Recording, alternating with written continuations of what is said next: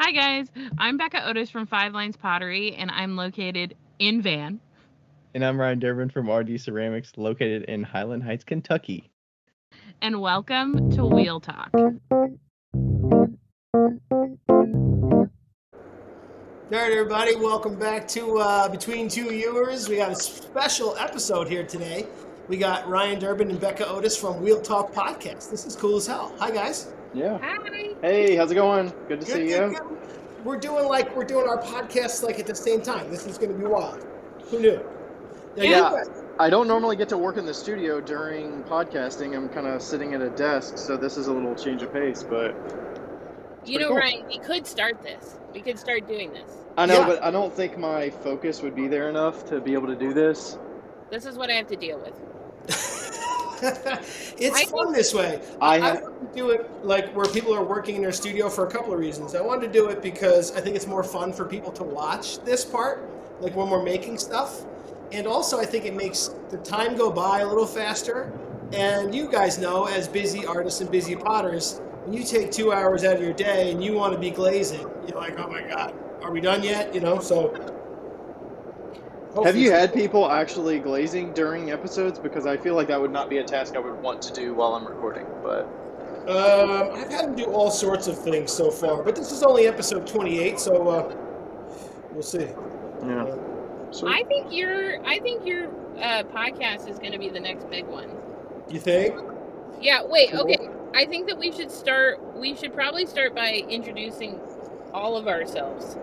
Yes. Becca, tell us about yourself. Where are you from? Oh, okay.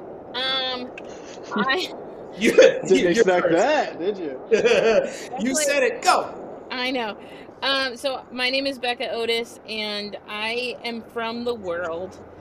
Right now I live in Statesville, North Carolina, and I just got a job with Speedball Art Products, and I'm not like anything special. I'm just like I just do production. I am, however, working in the wheel department right now, which is really exciting. Very cool. Yeah. So you're a production potter? I used to be, yeah. I wouldn't say that I am anymore, just because I broke my hands, and that's why I work at Speedball. But Not actually broke her hands, but like wore them down. I wore them down. Okay.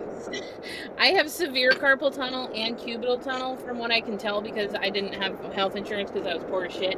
But I have had carpal tunnel since probably 2016, and then I think I've had cubital tunnel, which comes from the elbow, from what I read. Yeah.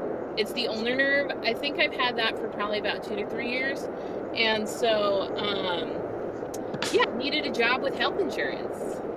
Tell me about it. I'm 54, Becca, and I do not have health insurance. Well, you should get a job at Speedball. People, are you hiring? Yeah, so speaking of, well, Brian, tell us about yourself. All right, so Ryan Durbin. I'm in northern Kentucky, just outside Cincinnati. I would probably consider myself a production potter. I'm dabbling in a little bit of like soda firing these days, but everything else I do is electric firing, cone 6.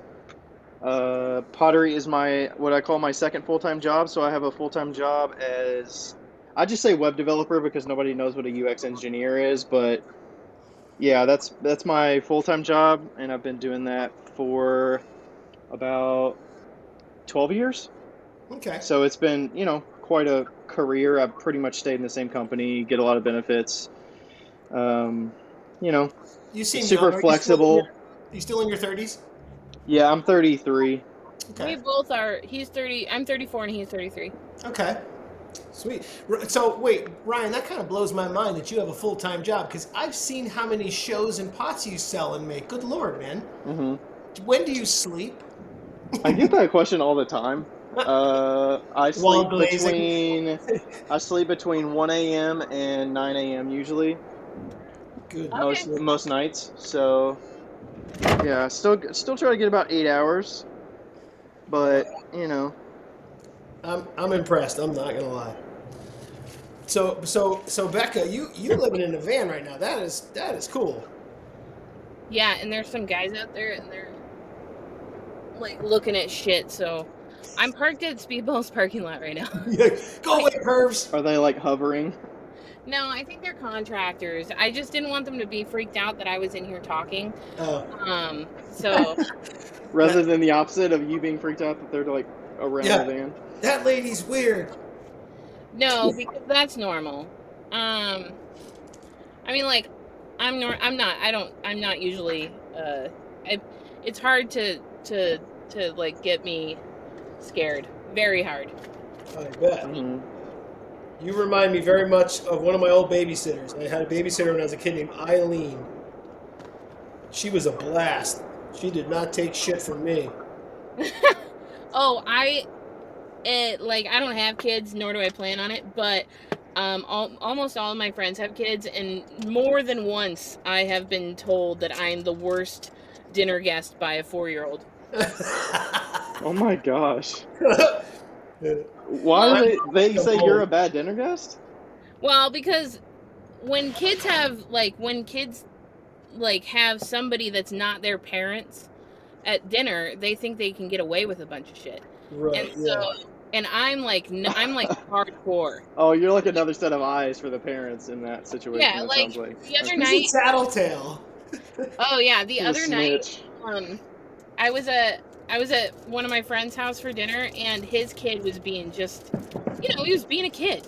Yeah. And I have this thing on the back of my phone that you can play with, and I was leaving, and he had been just like, he got put in timeout and all the things, and he came outside and he was like, "Wait, can I spin the thing one more time?" I was like, "No, you got in trouble.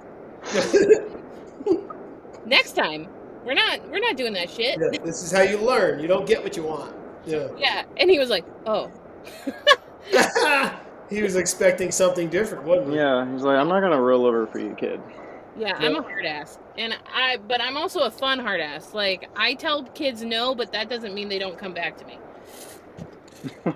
My mom would come home from work to the babysitter Eileen and apologize because she knew I was a handful, and she would be like, "I got him wrapped around my finger. Don't you worry about him." So, Yeah, Nice. yeah. I don't know how I would be. Like, do you have kids yourself? oh my gosh, yeah, I got 14, 15, and 16 right now. Shut the fuck up. Dude. No, not. That's the age. That's not the quantity. No, but still, like, that's really close together. Yeah, the quantity. It's like I got a dozen eggs. Yeah. No, it's Ryan. That's funny. 15 with one wife, 15 with another, and 16 with another. Right? Is that how it goes? Yeah, I'm very prolific. Yeah. No, it's my wife has 2 and I have 1. Oh, that's why they're so similar in age. Okay. Yes. Yep. Yeah. Okay. I was like, Bunch that of Irish that twins, doesn't work out in the whole world of, Irish quadruplets, or Yeah. triplets. Right. Oh my gosh. So tell me, like, where did you guys find ceramics? Did you guys start doing Wait. ceramics? Like, Wait, you never said anything about you. oh hi. This is gonna go on our podcast too, so That's if true. people I gotta don't know remember you, That'd be good. My name is Mike Griffin. I'm 54. Ugh, God, it's so hard to say that out loud. It's weird. I'm a potter. I'm a halftime potter, I like to say. I'm also a golf professional, and I teach golf, and I run a really busy golf course 7 months a year, which starts in 2 weeks. Love it. And the golf people aren't giving you health insurance? What the fuck? No, not really. No. I mean, I could. They would just take it out of my paycheck. So it's like, what's the difference? So when you say run it, does that mean that you help maintain the course, or do you help with like the golfers and lessons and things like that, or running a curriculum? Like, what does that mean? Yeah, so excuse me, I teach a lot of individual lessons. Matter of fact, I had one today at 1 o'clock. I teach a lot of individual lessons. I used to run junior clinics. I don't do that much anymore. But I basically I'm kind of the GM. I run the pro shop. I staff it. I run a couple of leagues, men's leagues and ladies leagues each week. I basically fold shirts and sell them. Nice. So then you don't have to be out there like do you maintain the course too, or is that's a different staff? No, my buddy is that's called the superintendent. That's a good buddy of mine named Scott. Actually, he owns the golf course. Okay. So he does that. You know, when he sees me playing golf with my buddies, he comes out. He goes, "Is that all you do is play golf?" And I say, "Is that all you do is mow the lawn?" That doesn't go over so well. Right. I was When I- curious if you owned it or if it was just like, or who's maintaining it when you're not there 7 months of the year. But it sounds like the superintendent's probably the guy doing that. Yep. And I live 2 miles from the golf course. It's great. When I saw that you did golf, you're a professional golfer, I was like, oh, Ryan's going to eat this shit up. Yeah, you play right? I don't golf that often. I mean, I golf like a couple times a year, but it's fun. I enjoy it. Usually when I do it, I used to go with my brother and my dad every now and then, but these days I'll just go by myself after work and golf 9 holes and, not too bad. Yeah, I love it. I mean, I've been playing since I was super little. I think I started at 5 years old, and somebody asked me the other day. I said, I don't know. It was just something I was good at. I don't know. That's how I got into pottery. Did you start real little and just were good at it? No, I mean, I didn't start when I was little. I started when I was in college, but people always assume that it's something that I fell in love with. Yep. And I'm like, no, I was good at it. Yeah. When you're good at something, it just comes to you and you learn to like it. Yeah. Yeah, because being good at something doesn't always just come to everybody. Yeah. I was always good at fixing people too. Like I can watch somebody hit a golf ball, and I'm also driven to help people. Like I want them to have more fun. Mm-hmm. Yeah.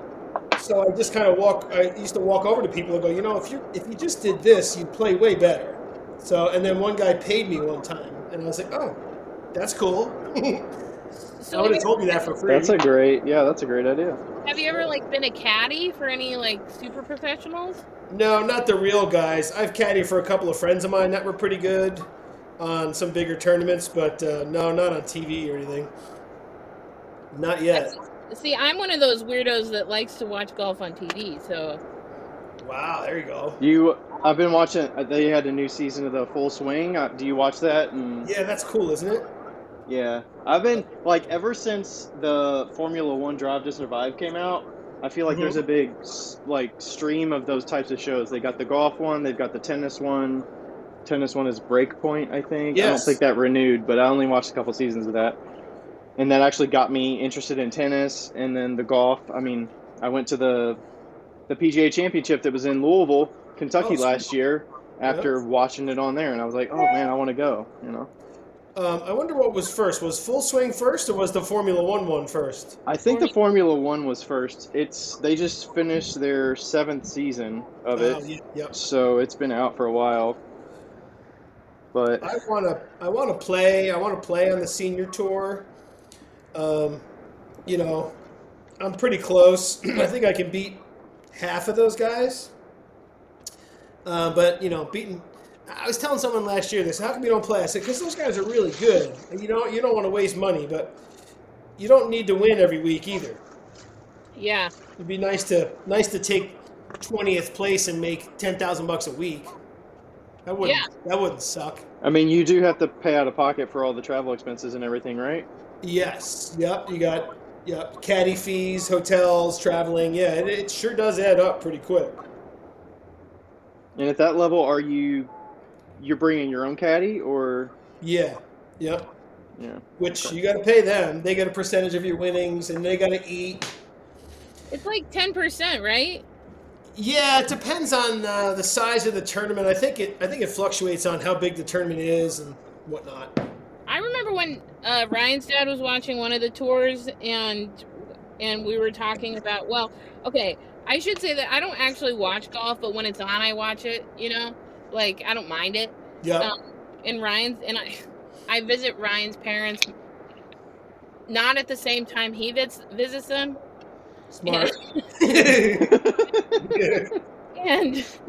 And Carlos his dad was watching one of the golfing tournaments, and we were talking about how much they get paid.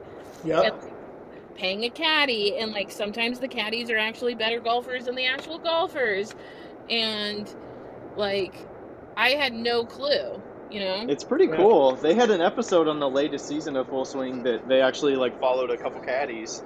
The caddy for Scotty Scheffler and I think a couple others.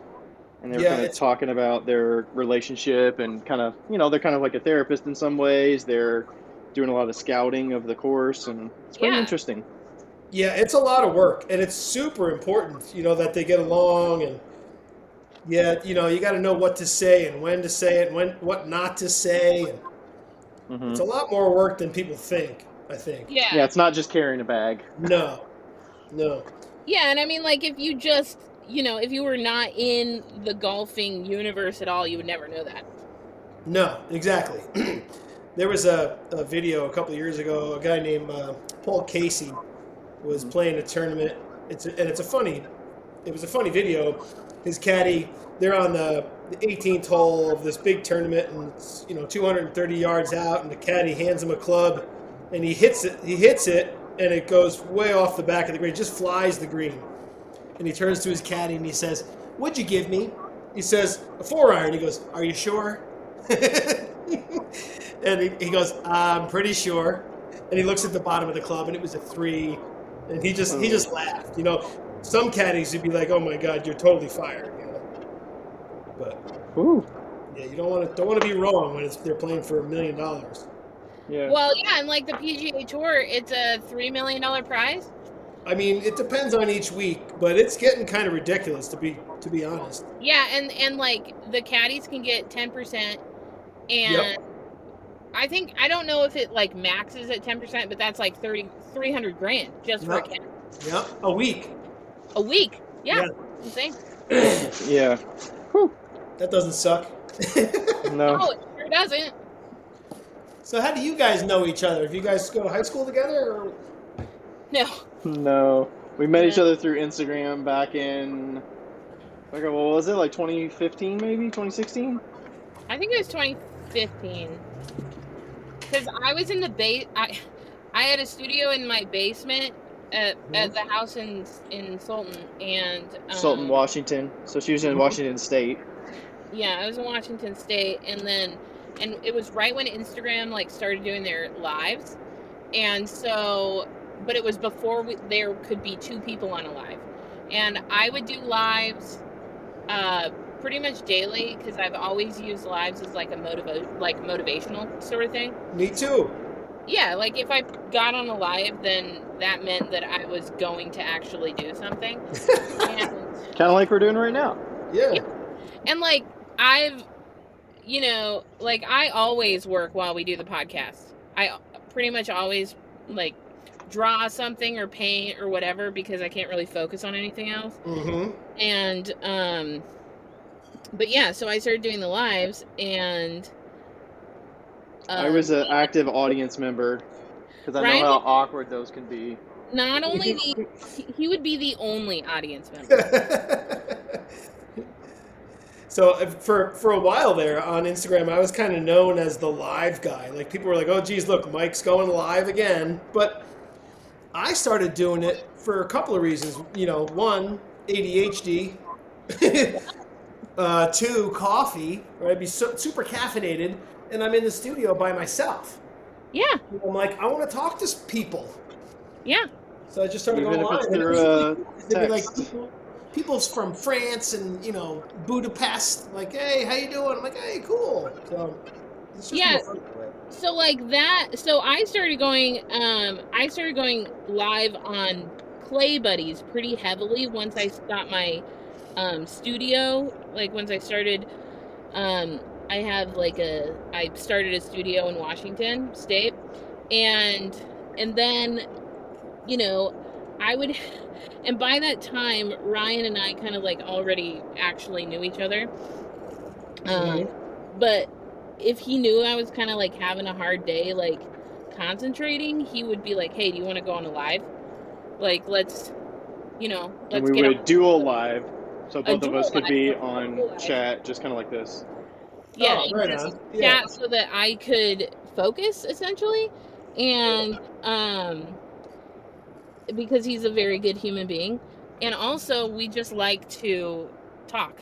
and chat about business stuff. And once we started doing that, you know, it seemed like the natural next step to have a podcast because we were doing it on live regardless. So and people seem to enjoy it. So Yeah, you might as well share it, and it could be shared for all of eternity and not be limited to. I don't know that they would let you save the lives to your feed back at that time. I think it would maybe be available for a day or something. I don't know. Yeah, you could. So we were like, why limit it to only being available the time that people are actually on? At the same time. So you know. Yeah. So we've been doing the podcast for six years. Yeah, you guys are kind of big. You guys got a bunch of followers. We have a few. There's a few. Yeah. It's always hard to figure out those numbers, though. It is. People ask you how many downloads or how many listeners or what, you know. It's just not. Even the systems that track those numbers are not super. It doesn't seem like they're super confident in all the. Yeah. The stats, but. Yeah, I was talking to Paul Blaze last night. He's done 1,500 episodes and whatever. And he's got 130,000 followers. And yeah. He says, it doesn't make me any money. He said, I think I've made $200 from Facebook. Mm-hmm. So, I mean, I started it. A lot of the reason you guys do is because I just like talking to these potters, these artists. I want to talk about their process. And they're just, potters are fun people. You know what I mean? Mm-hmm. Potters are good people. They're good people. Yeah. The pottery community is unlike a lot of communities. You know? Yeah. It's interesting because I have a friend who I met last summer, and she's in the clay, she's not in the clay community per se, but she's in the van life community, and I met her in Utah, and we kind of got to talking about certain things, and she's like, I try not to get too involved in communities because they always end up like burning you, and I was like, oh, this isn't like that. No. Yeah. Potters aren't like that. We don't do that. Yeah, Yeah, it's totally different. Like, the only reason that I have a place to stay right now is because of a potter. Yeah. And I feel like potters boost each other up. I don't think there's not competition, you know? Yeah, there's like a little bit of it, but it's like, hey, we all got enough. There's enough to eat, you know? There's enough going around.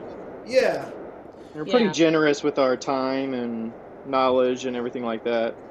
Well, my buddy Matt, you know, like, he lives up in Alaska. We've never met, and we're like buddies, you know? And I sent him a message last year. I said, hey, man, I really like that green glaze you're using. He says, yeah, I'll send it to you. Here you go. You know, just sends me the recipe, which is like, this is really cool.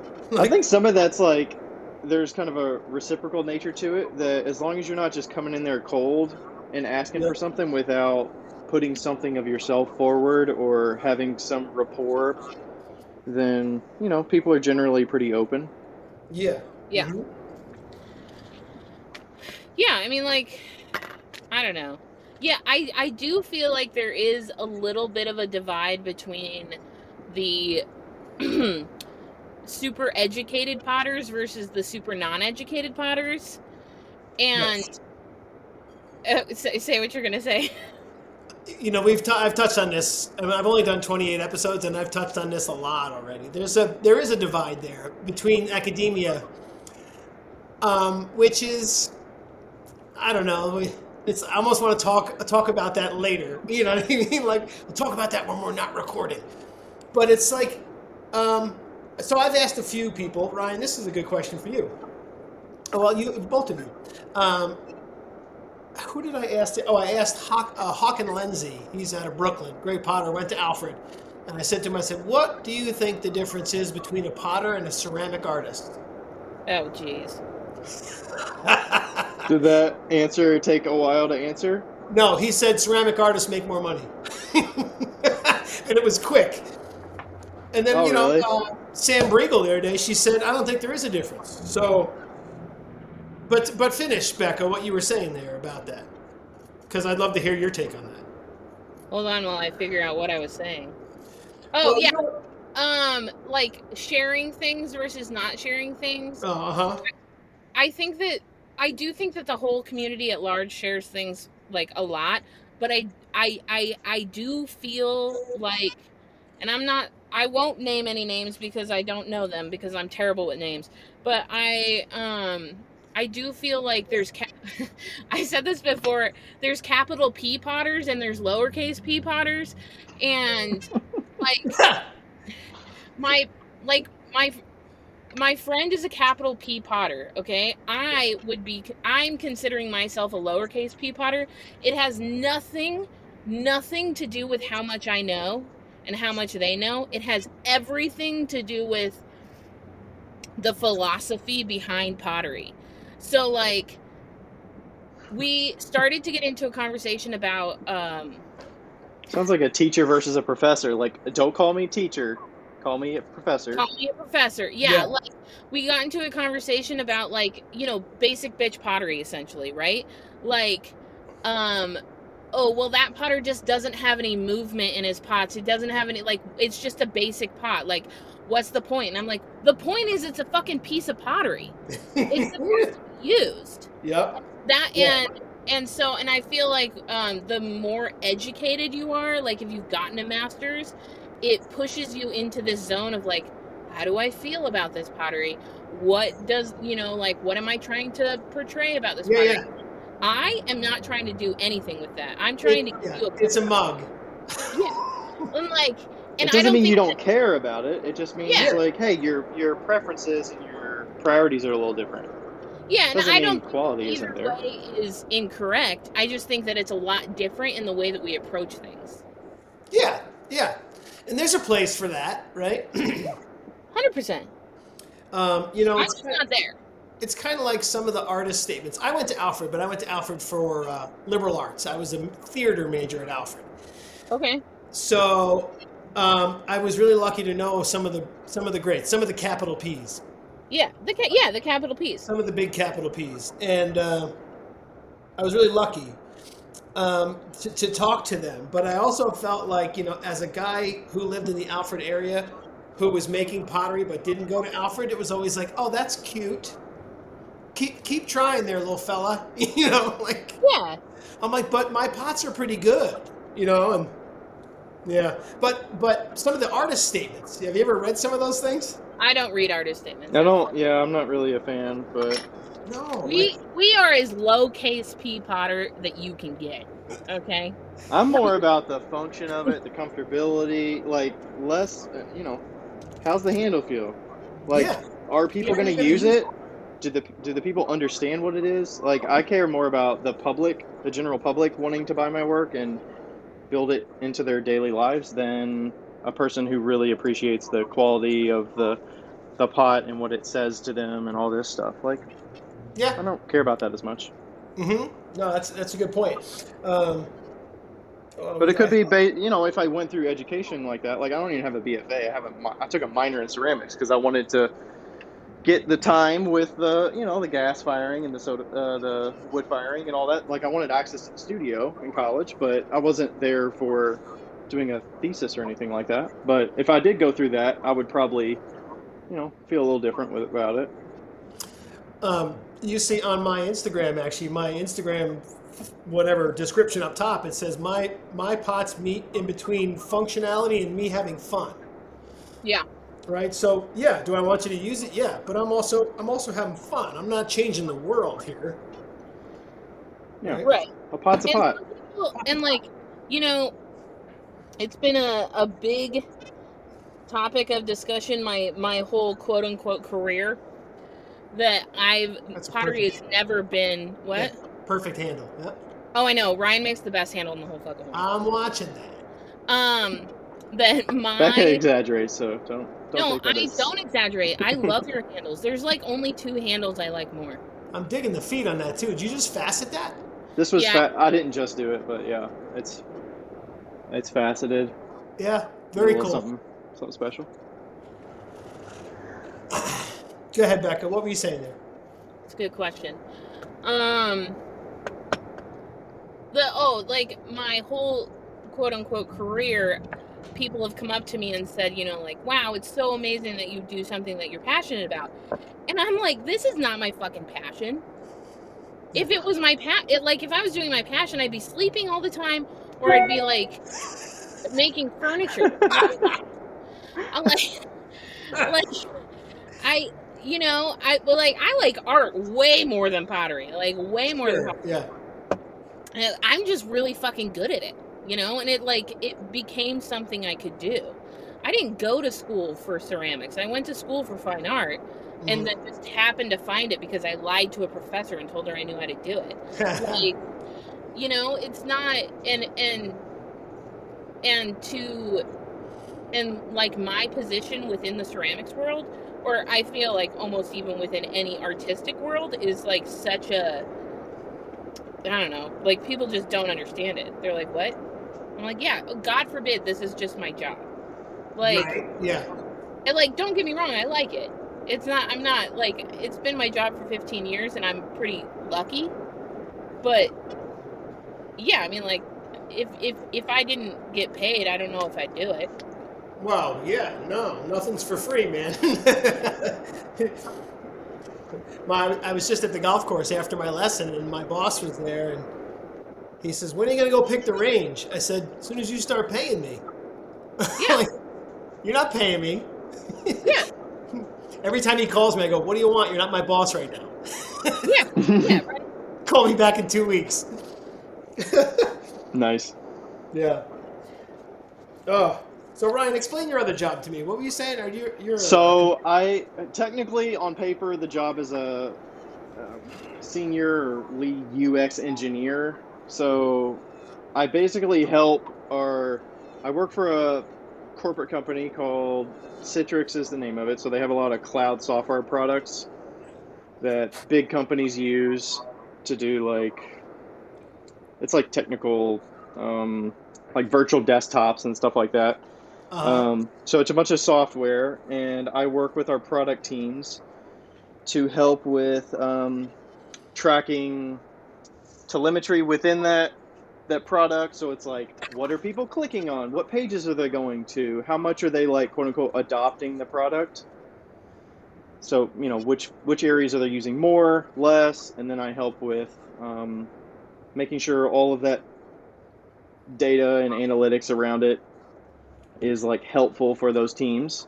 And then we also have a bunch of like what we call in-product messaging. So it's like when you go to a site and you're getting notified about some new feature that's in the product, like we help build those messages and track, you know, they can go through it and it'll like show them where the feature is and how they can configure it and all that stuff. So that's pretty badass. Did you very get tech heavy. Computer engineering? Or? Yeah, so I got a degree in computer information technology from NKU here, Northern Kentucky University, which is basically where I live now. And I actually started as a website developer. So I was doing HTML, CSS, JavaScript, working for this same company.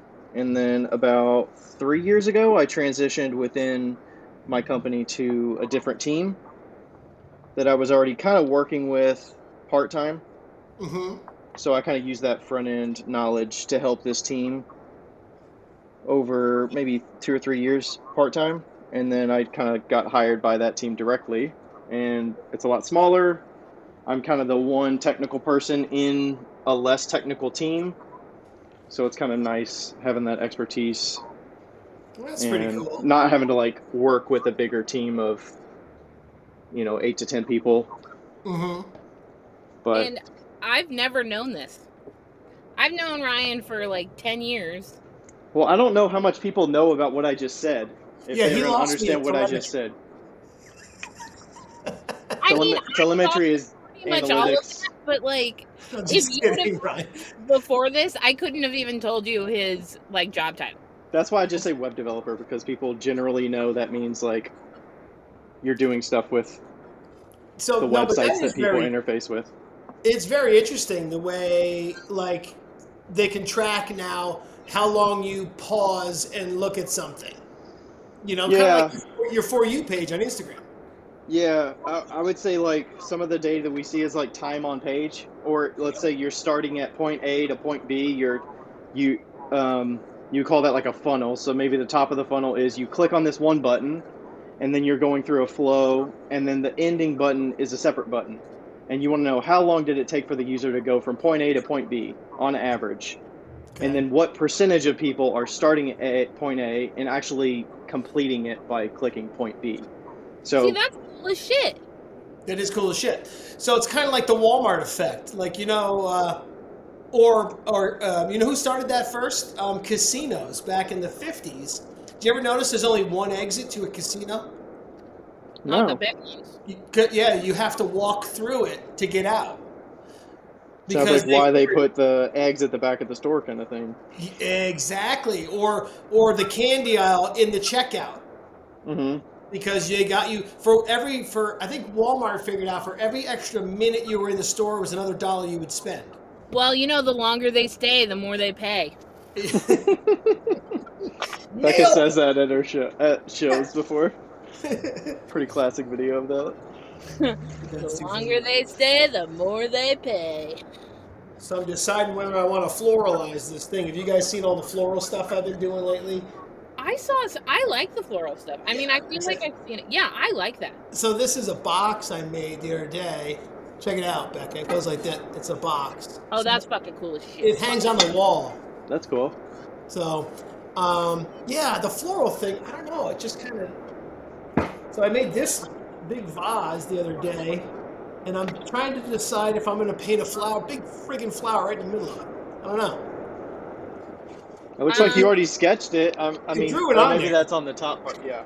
Yeah, no, I drew it on there. So once you're in, you're in. You know what I mean? Yeah. Well, okay, but what's the top gonna be? What color is the top gonna be? What color is it? Yeah, It's yellow. Yep. It's yellow, and then the bottom is just clay. Yeah, and it's got a red art terra sigillata on it. Okay, so, okay, do you want my advice? Sure, man. Because I don't want to give you unsolicited advice, but putting it straight into the middle really throws off the asymmetric quality that you already have. Yeah. And if you, like, put it to the left or the right... That's the reason I did these. Yeah, if you Off did the top. one, like, heavy to the left or heavy to the right, you're going to get a lot more, like, compositional, like, balance. And, so I feel like having it right in the middle is kind of like a... It'll take over. Yeah, and if you want it to take over, that's fine. But it's like pad, you know? Yeah. So what I'm thinking of is leaving this side normal and having a big old flower on that one. So you can kind of flip it around on your shelf and do whatever you want. Yeah.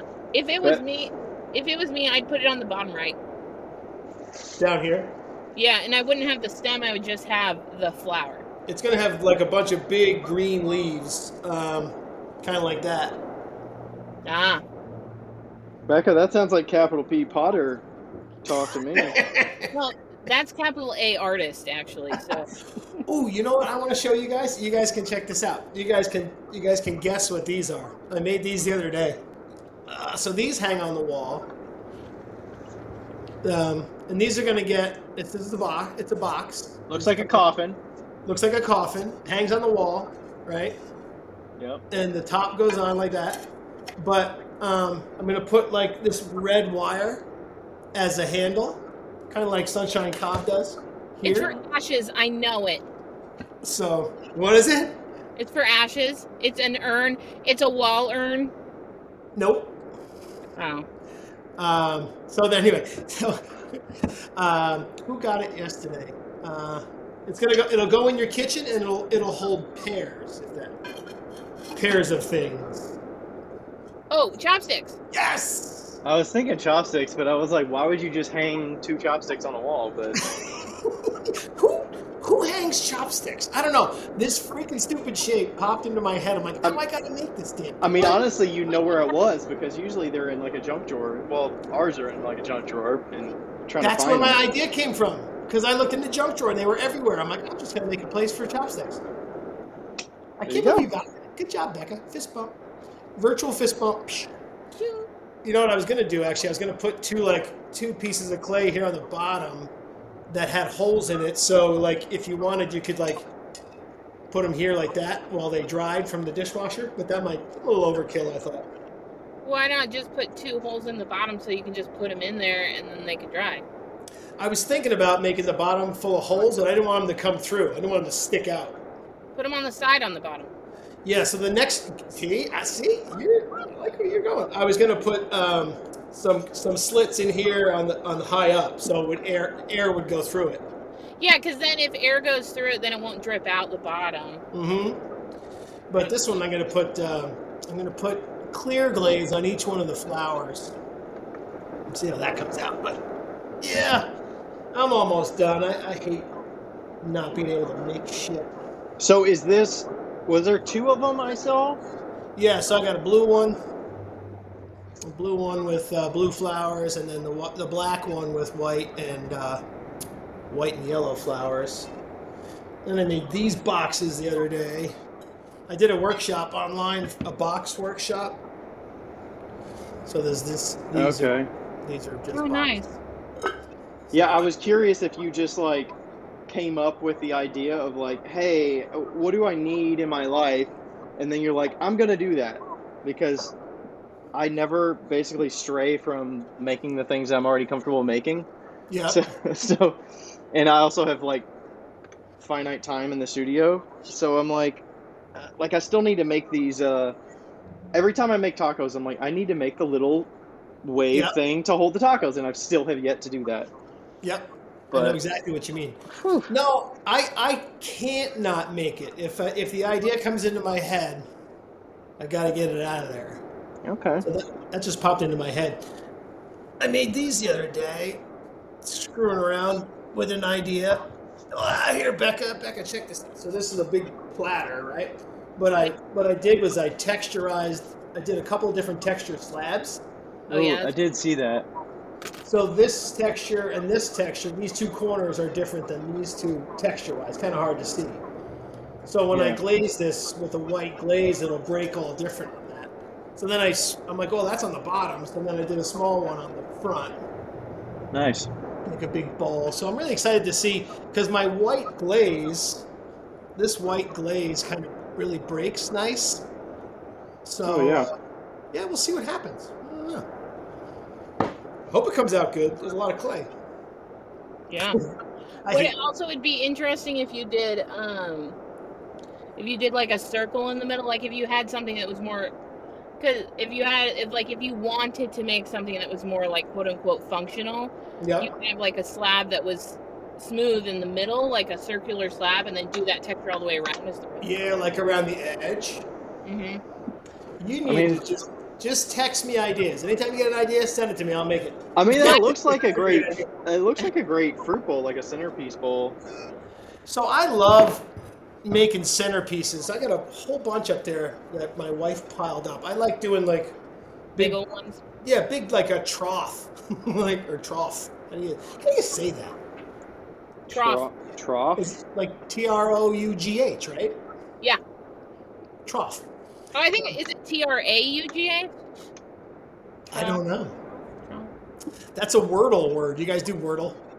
No. I was doing it religiously with a few friends, and then I like dropped off. Faded away. Away. I just started doing it again. Have you done connections? No, is that like the crossword connection thing? No, fucking connections is like. So you should get the app. Do you have the New York Times app? No. I go to septal.com, and there's a 5-word, 6-word, and 7-word. But connection. Okay. So the New York Times app has like a bunch of different games that are really fucking hard. Connections is 16 words that you have to find sets of 4 that connect, and some of them are like fucking ridiculous. I know. It's like what that doesn't make any fucking sense. Yeah. You know? So my mom is crazy smart. She does the anagrams and stuff. Yeah. Or the cryptograms. And I'm like, she's like, oh, don't you see that? I'm like, that doesn't make any sense to me at all. I don't know what cryptograms are. What is that? It's like they give you a clue, like blue lemonade, and then there's a 5 blank letter spot, and you got to find what they mean. It's the strangest thing. Wow. I don't know how she even sees it. It doesn't make any sense to me. But Whew. we got her for her birthday about 15 years ago. We got her a ticket to go to the New York Times crossword puzzle competition down in Madison Square Garden Oh, that's cool. because she's really good at it. She does the Sunday Times puzzle every week in like a half an hour. That would take me a week, and I would have to cheat. I'd have to look them all up. She said there was guys doing the puzzle in like 3 minutes. Oh my gosh. She's like, just when you think you're good at something, you meet somebody who's really good at it. Right. Fun fact: at the work conference I went to in October, one of the product development people that is part of New York Times was talking about how the inception of Wordle and then how they grew the base of games. And he was just talking about, he's part of that product team that developed it. So it was pretty cool. Sweet. Hearing about all the different products that they added and how it increased their base of customers. Yeah, just from a little word game. Yeah, it gave people that reason to like come back, and they were talking about gamifying it and all the, how they added the different games. Pretty cool. What was that game a couple years ago during COVID that everybody was playing? It was on TV, remember? And oh gosh, it was like you could guess, but you only had like 5 seconds to guess. Oh gosh, what was that? I don't know. Was it the one where they like scheduled it to a certain time or something? Or Yes, and the guy was on TV. it was like quiz or something, and right? like the whole world would watch it at the same time. It was pretty neat. I don't know. Was it Steve Harvey? No, I love Steve Harvey. No, it was like a digital game that you could tune into on your phone, and it was scheduled for a certain time. Yeah, and you could literally win money if you all did, and we would all do it together. I'll have to look that up. I have no idea. Steve I Harvey. can't remember what it was called. Let's see. So it's funny. I was telling Paul Blaze yesterday. I geek out and I like research you guys and try to write down a bunch of questions, and a lot of times I don't even touch on them. We just chat. So last night he's like, "Have you even looked at any of your questions yet?" I was like, "Hey, whose show is this? Mind your business." Great. You know how I first discovered you, Mike? How's that? When you did the mug butts. Oh, the butts. Yes. The bisque fired. Do you know what I'm talking about, Becca? The bisque fired butts Right here. that are like templates that are made out of clay, and then they're bisque fired, and then he sold them. Yep. I was like, that's a genius business, just a little side business, make a little extra money. I don't know what that is. So here, I'll show you. So I got a bunch of them over there. So I learned this years ago from Mark Arnold. You guys know Mark Arnold? He's a cat. Yeah, that's the one that I remembered it from. So he would make them like this out of plaster, right? Oh, and you just put your pots in there? Yeah, so this is what happens when I do plaster. I hate plaster. I make a mess, it falls apart, and I break them, blah, blah, blah. So I started making them out of bisque. So basically, here's the one I made off of this the other day, Becca. So you put a coil of clay in there, right, in the bottom, because it's got the foot already in it. Yeah. You put a coil of clay in there, put a slab in, and then you hand build off of it, like that. So I built the walls up, and then when you pull it out, it's done.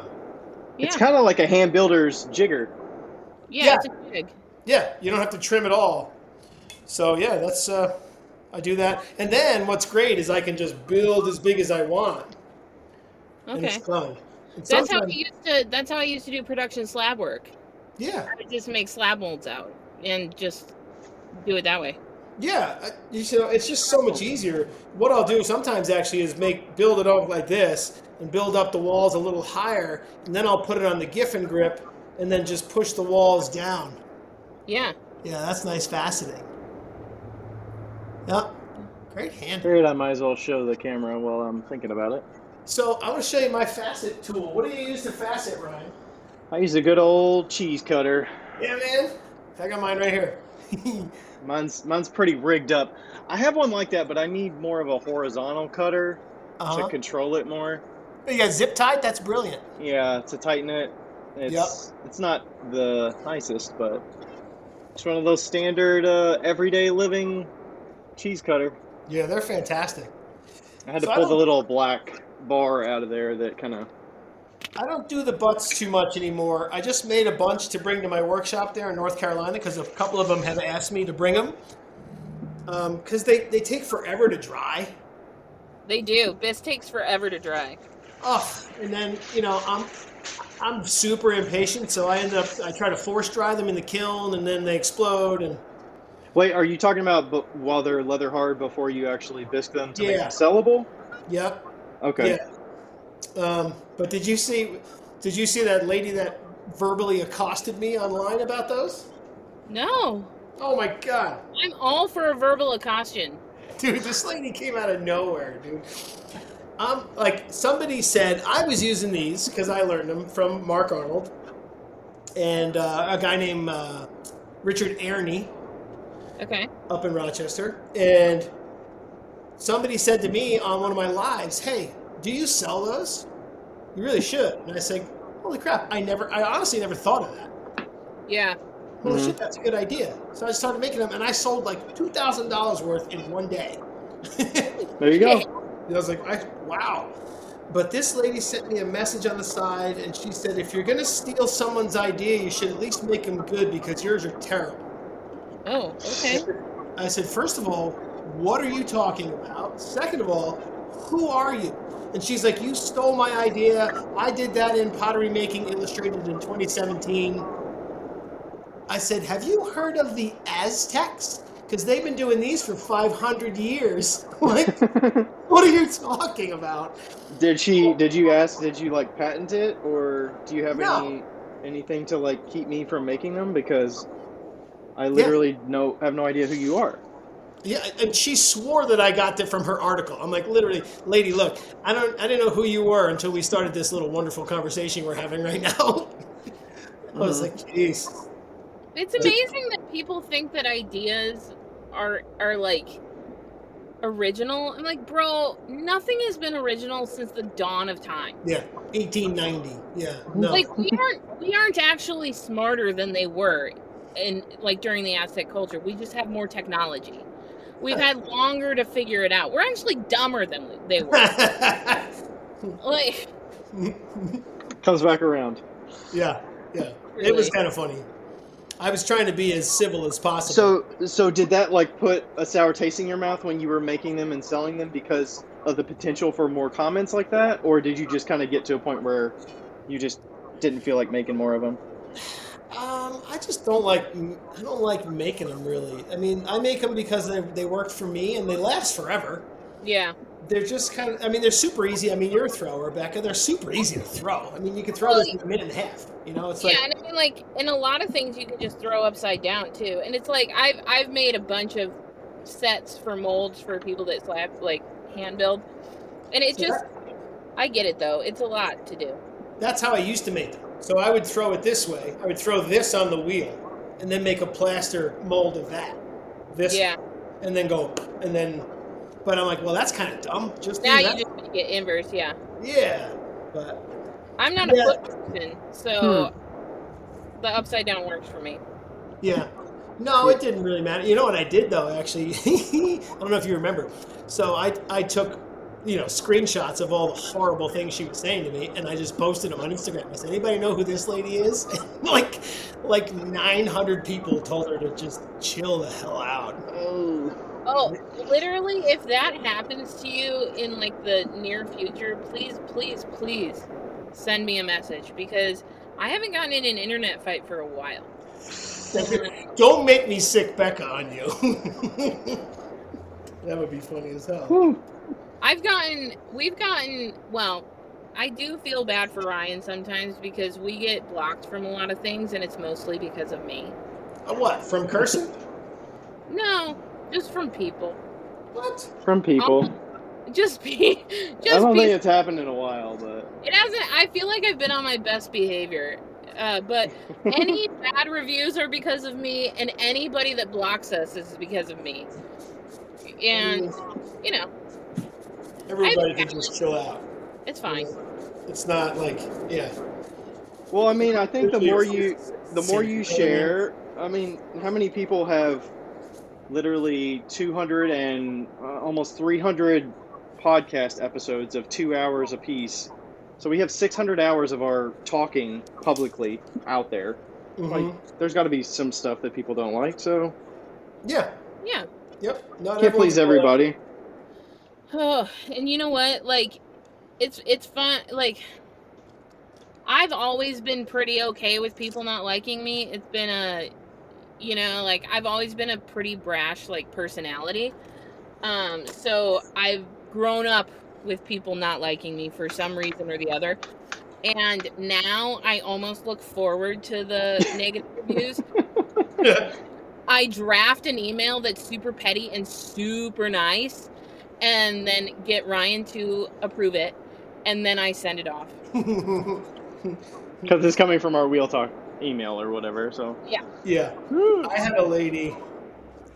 I'm pretty sharing here on Instagram. I'm not, and like you said about potters, I'm not the first that ever thought of these ideas. I learned from asking other people. Yeah. And I had a lady, she asked me a question, and I responded. I literally answered the question. And I guess I didn't hit send or it didn't go through. And she sent me a message like something like, at least have the decency to answer.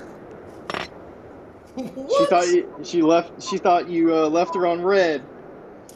Dude, I put together a paragraph. My wife said, you cannot send that to her.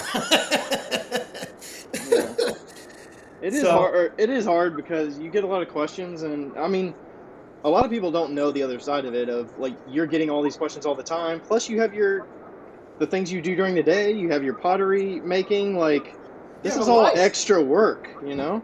Yeah. Yeah, and I don't have like kids or anything, but like, we spend a lot of time doing things on our phones, and we don't always want to be on our phones constantly answering people's questions or being at people's beck and call when they ask things. So yeah, I'm trying to remember that now with this podcast as I invite people, as I invite some capital P Potters on the show, and they don't get back to me. Some of them just straight up ghosted me, and I was like, oh, okay, but I got to understand that, like what you just said, Ryan, we're not all on our phones all the time, and I have to appreciate that actually.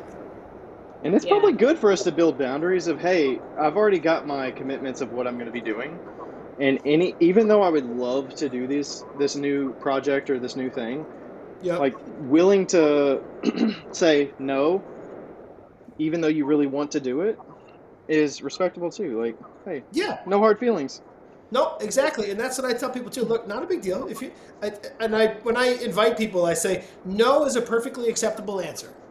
Yeah, it's fine. You don't have to do it. Mm-hmm. Well, like I told you earlier, my buddy Matt, I asked him, and he's like, honestly, Mike, that's just not my thing. Yeah. There you go. Okay. It's like, it's so frustrating that in our society, no has become an argument. Right.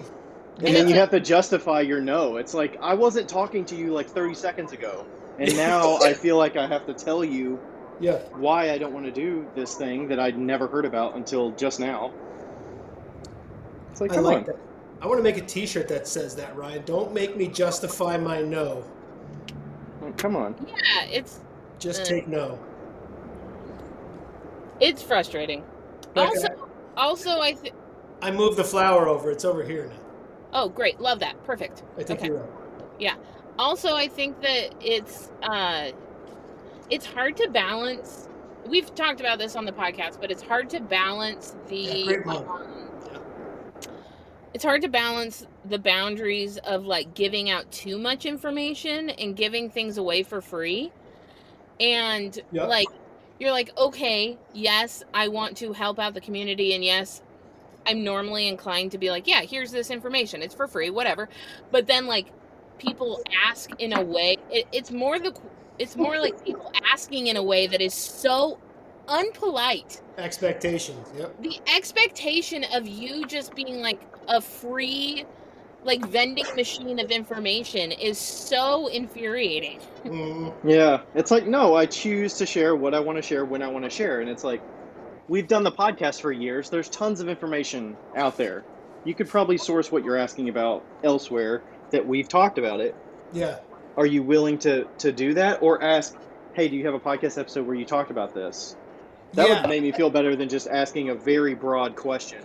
I think it's also people, like when you don't give them the straight answer that they want, it requires them doing a little more research, and they don't want to have to do that. Right. Like you could probably find that answer somewhere else. Yeah, like on Google. Or ChatGPT these days. That's what I do. Right. Yeah, Ryan's asking ChatGPT how to fucking fire a kiln. Yeah, I was asking it tips on how to improve my soda firing time. Cut it down. Got it. I just noticed you got a new L&O. Is that one of those little mini ones, the fast fire? Yeah, we both got one. It's not called the fast fire. That's the Scud. That's the box. Okay. It's called the plug and fire. And that's they're small, right? Can you fit like 6-8 mugs in it? Depends on the size of the mug. 8 if they're tiny. So they have to be. So it's 9 inches high, 8 inches. 8 inches by 8 inches by 9 inches. So if it was 4.5 inches tall by like 4 You'd be inches. pushing it. You'd be firing it on the floor of the kiln, and Yeah. you'd have to have a really thin shelf. I need one because it's like I just had a firing. So that's another reason for the butts, right? I just did a firing of 2/3 of the kiln was the butts for this show. Butts everywhere. And I had a couple of pieces in there, but then the butts, they don't go back into the glaze. They're done at bisque. So I'm like, oh crap! Now I don't have enough pots to fill this. So now I got to fire a half full, bisque kiln, which I hate doing. Yeah. It's not that much money. No, it's like $12 or $15, isn't it? So I know you fill empty space with glaze firings when you want it to make sure it fires consistently. Would you do the same on a bisque firing? Like putting, I have extra high fire bricks or extra kiln furniture and stuff. Should you do that with a bisque firing too? I think it makes it more efficient. Of course, I'm a self-taught potter, so that would be the capital P question. An educated person. Yeah, we're all lowercase p potters here, so. Which is hypothesizing. I would. So I just did that not too long ago, Ryan. And what I did was I did put an extra shelf, and I moved the stuff up to the middle just to kind of spread the heat out a little bit. That's what I was gonna say. I always put I used to fire my kiln half full pretty much all the time, when I was in Indiana, and I would just raise up the bottom shelf 6 inches. Yep. Okay. So your short answer is yes, right? Yeah, I've never been a rush for bisque firing necessarily. I always stuff the shit out of my bisque kiln, so probably overpack it, but yeah, it's actually more efficient. So I have on this kiln, I think I have 280 firings on these elements, and they're still going. Are you firing slow? I do a medium fire. Yep. Yep is not slow. Well, it's not fast. Well, it's it's funny. I found out after having the kiln for a couple of years, I was using this schedule that I got from a friend of mine, and had a couple of holds in it and ramps, and I would program it in. And then I was talking to another friend who had a scut, and he goes, "Why don't you just use the program?" I was like, "Wait, what program?" The built-in ones. Yeah. It's so now I just I go beep, medium. Hey everybody, hope you're enjoying the episode so far. We're going to take a quick break and talk a little bit about L&L kilns. So if you didn't know, you can go to the support section of the website, and they have a bunch of information. There's a bunch of how-to videos, whether you're installing your kiln, you're doing maintenance on it, you're looking up how to ventilate it. If you've got error codes with your controller, so even if you don't have a Genesis controller or you have a Bartlett controller on whatever kiln you have, they have the error codes on there, and you can find all that info. And basic maintenance, all that stuff is on there. So even if you don't have an L&L, there's still a lot of useful information on there. They've been putting a lot of time and effort into making these videos very helpful. They've got instruction manuals and everything like that. So if you're interested, go to L&L Kilns at hotkilns.com and go to the support section. Thanks so much, and let's get back to the episode. Bye-bye. So are you venting your kiln? Yes, I bought one of those vents. Yep. Okay, so I was talking to a capital P potter, and This is fun. We just need to preface any people that we're talking about with capital P or lowercase I see p. T-shirts in this too, Ryan. I'm actually the t-shirt person. T-shirts, capital P. Yep. Yeah, can we make some for Insika that says You need I'm to do your title for your Becca Otis 5 Lines Pottery lowercase p potter. I love it. So I was talking to a capital P potter, and he said that the reason that your elements are lasting so much longer is because of the vent. That's what I heard. Yeah, so and I mean, like, even if you vent your kiln with like an inch, before 1,000 degrees, that's good enough too. But yeah. I also don't do a lot of. I don't have a lot of glaze. Most of my stuff is interior, like a liner glaze anyway. Right. So I don't have to grind shelves. I don't have to do all that shit. Yeah. Nice. That is nice. My fancy pots are definitely more towards that arena. Yeah, I like not having to grind shelves. I've done that before. I mean, atmospheric firing, soda firing, wood firing, very cool. Lots of fun to do once a year, once every other year, maybe. But I'm doing them a lot more these days. I have the advancer shelves in my soda kiln, so I don't really have to grind that much. They can just get scraped off. what are those? Are those black ones that are real thin? Silicone carbide. Those Yep. are sick. Aren't they like $100 a piece? They're more Oh, than no. that. They're like $200 a piece. They're like $300 a piece. That's I think it's like $270 for a half shelf, maybe. Holy crap! But Yeah. they're worth They sponsor the podcast too, so Stop Yeah. it. yeah. Yeah. Hello, my name's Mike Griffin, and I could use some sponsors for Between Two Ewers. Please. You're Yeah, we were both customers of Kiln Shelf Advancers for a few years before we asked them. We asked them at Insika in 2023, and that's when we first got our official partnership with them. So Yeah, those are sweet shells. yeah, they're nice. they're super, like, for what you're doing, the benefit for them is that they would not pluck on the bottom if you treated them correctly, but the super benefit is if you're a teacher, if you have community studio, anything like that, where like people are just idiots, so they just barf all over the shelf. Yeah. Just Maybe clean they it. don't know, Becca. Maybe they're not being idiots. No, because no. So people that don't know and they glaze too No, much, no. they're idiots. Here's the thing: if they don't know, then nobody told them, and the people that didn't tell them are assholes. And if they don't know, and if they do it, and they've been told, then they're an idiot. So there's no excuse for not wiping the bottoms of your butts. Ryan, I don't know how you guys They're get like literally fine. That's great. Anyway, yeah, those are badass, by the way, Yeah, and they're super light, right? Yeah, they're 5/8 of an inch thick. Or not 5/8 of an inch. They're what's it? 3? Yeah, 5/8 of an inch. Is that right? I think yeah. and The Ryan standard has ones. he has the ultra thins, and those are 3/8 of an inch thick.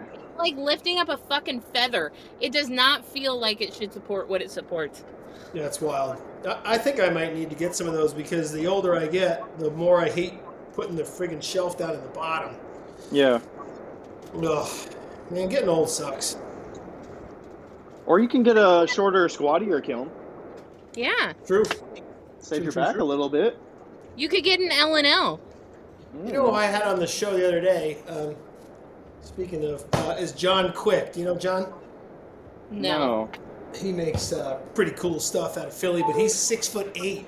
I said, man, my back hurts Sounds like Isaac. and I'm little. Yeah. Have you met Isaac Shue? I haven't met Isaac Shue yet. Nope. He's He's about that 6'8". height. Yeah. Is he that big too? Yeah. Yeah. Hey, are you gonna be at Insika? No. Are you guys going? Yes. We have to. I have to. Yeah, I'm going next year.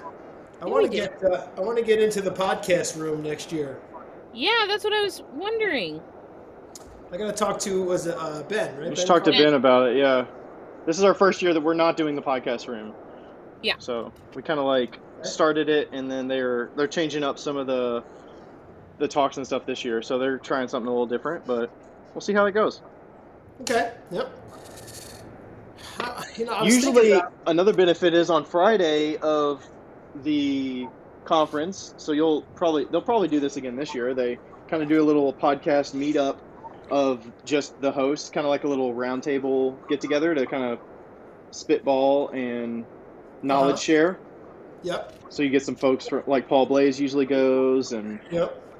the Paul Blaze usually hosts. host it. Yeah, or Ben, I don't know, or Ben Carter's there. The folks from For Flux Sake are there. There's a number of different people that are there, Rose. and you just kind of knowledge share about podcasting and getting sponsors or whatever.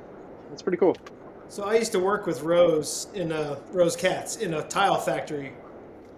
Oh, really? Yep.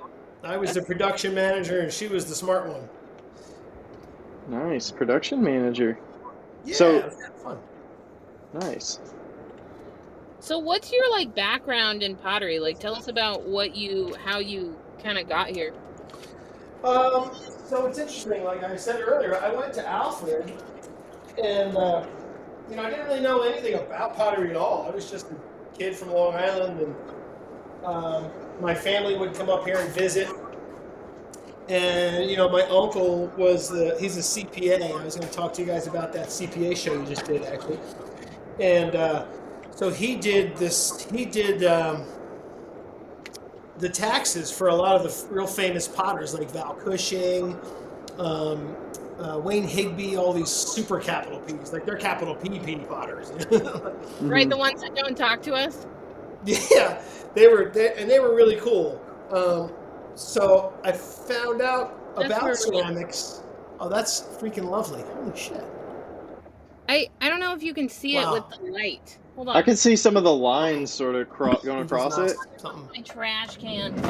reconnecting. Okay. Oh Cut down some of the background noise. no! Oh, there's Ryan. Yep, that is so cool. Nice. Wow. So, but I don't know if I want to do any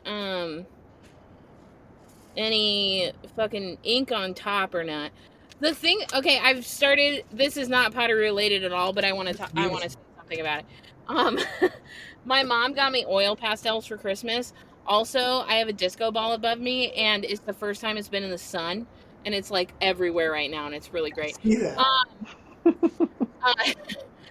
Anyway, my mom got me oil pastels, and this is the first time I've done this where I put the acrylic India ink that are speedball inks under the oil pastels, and it's like one of those. Do you remember when we were kids and we had the black rainbow sketcher things where it was like you scratch through?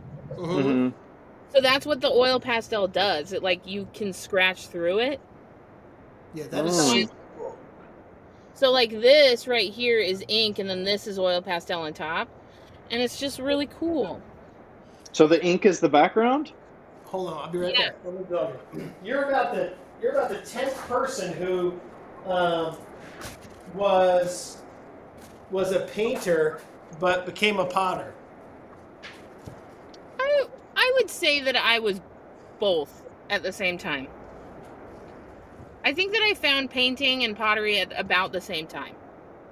So it's been pretty side by side the whole way up, but I think that I definitely like painting more.